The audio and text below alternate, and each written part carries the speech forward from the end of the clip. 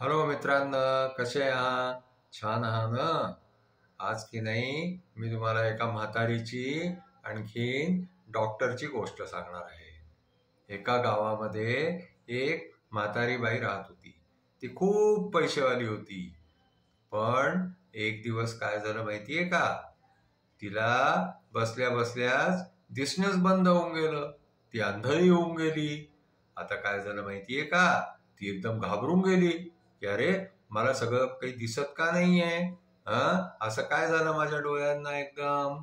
तर तिने जे आहे एका डॉक्टरला बोलवलं. तो डॉक्टर आला. डॉक्टरनी येऊन आणखीन त्या म्हातारीला तपासलं. तिचे डोळे पाहिले. आणखीन जे आहे तो म्हणाला की म्हातारी, मी तुझा इलाज करतो, तू काही दिवसांमध्ये ठीक होऊन जाशील. आता काय झालं माहितीये का?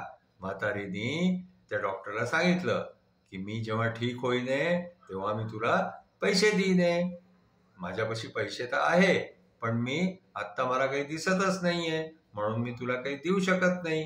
तू आधी माझा इलाज कर आणि मी जेव्हा अगदी नीट होऊन जाईने तेव्हा तुला पैसे देईन.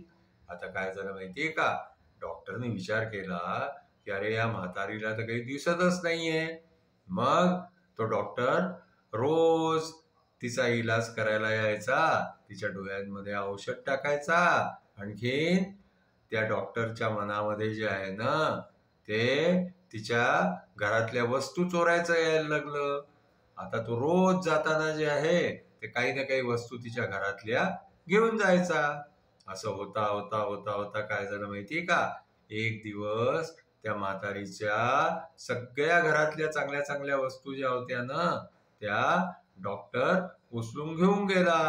आता काही दिवसांनी काय झालं की डॉक्टरनी तिचा इलाज करता करता तिचे डोळे ठीक झाले.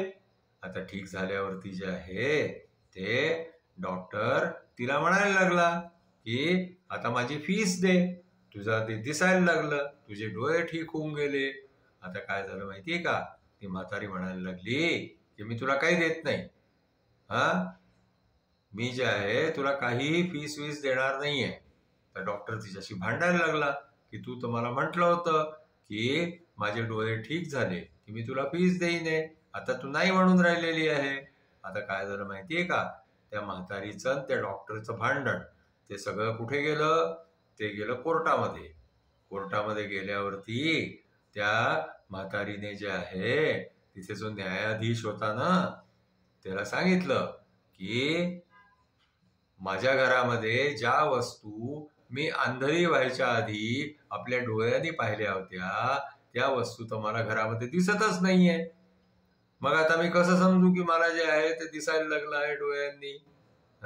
त्या जुन्या वस्तू सगळ्या माझ्या घरामध्ये जे काही होतं, माझ्या घरामध्ये पैसे होते, दागदागिने होते, हे तर मला काहीच दिसत नाहीये. याचा अर्थ असा की या डॉक्टरने इलाज असा केला की माझे डोळे तर काही ठीक नाही झाले. आता काय झालं माहितीये का? तो जज जो आहे ना, न्यायाधीश, तो समजून गेला की इथे काहीतरी गडबड आहे.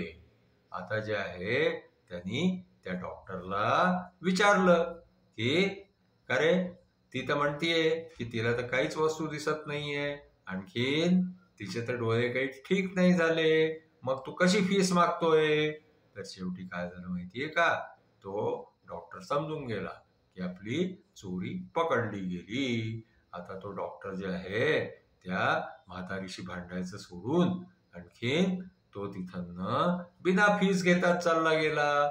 आणखीन जे आहे त्यांनी ज्या वस्तू त्या म्हातारीच्या पळवल्या होत्या त्याच वस्तूंवरती त्यांनी आपलं समाधान मानलं, आणखीन ठेवून घेतल्या घरामध्ये.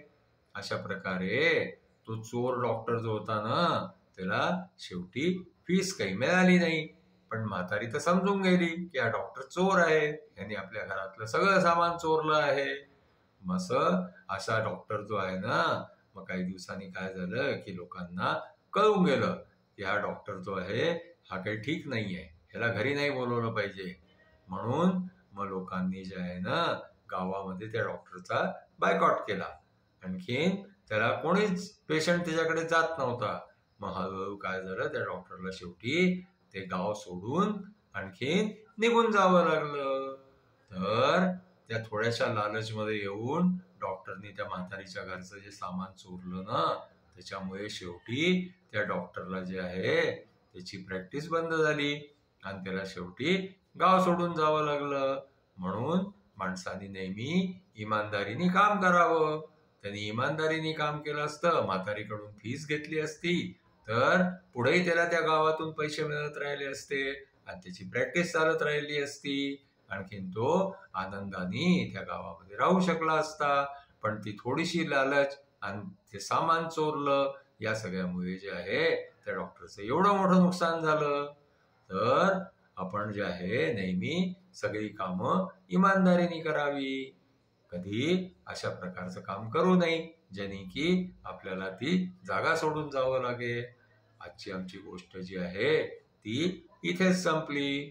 तुम्हाला आमची गोष्ट आवडली असल्यास आम्हाला तुम्ही लाईक करा, शेअर करा, आमच्या चॅनलला सबस्क्राईब करा. थँक्यू.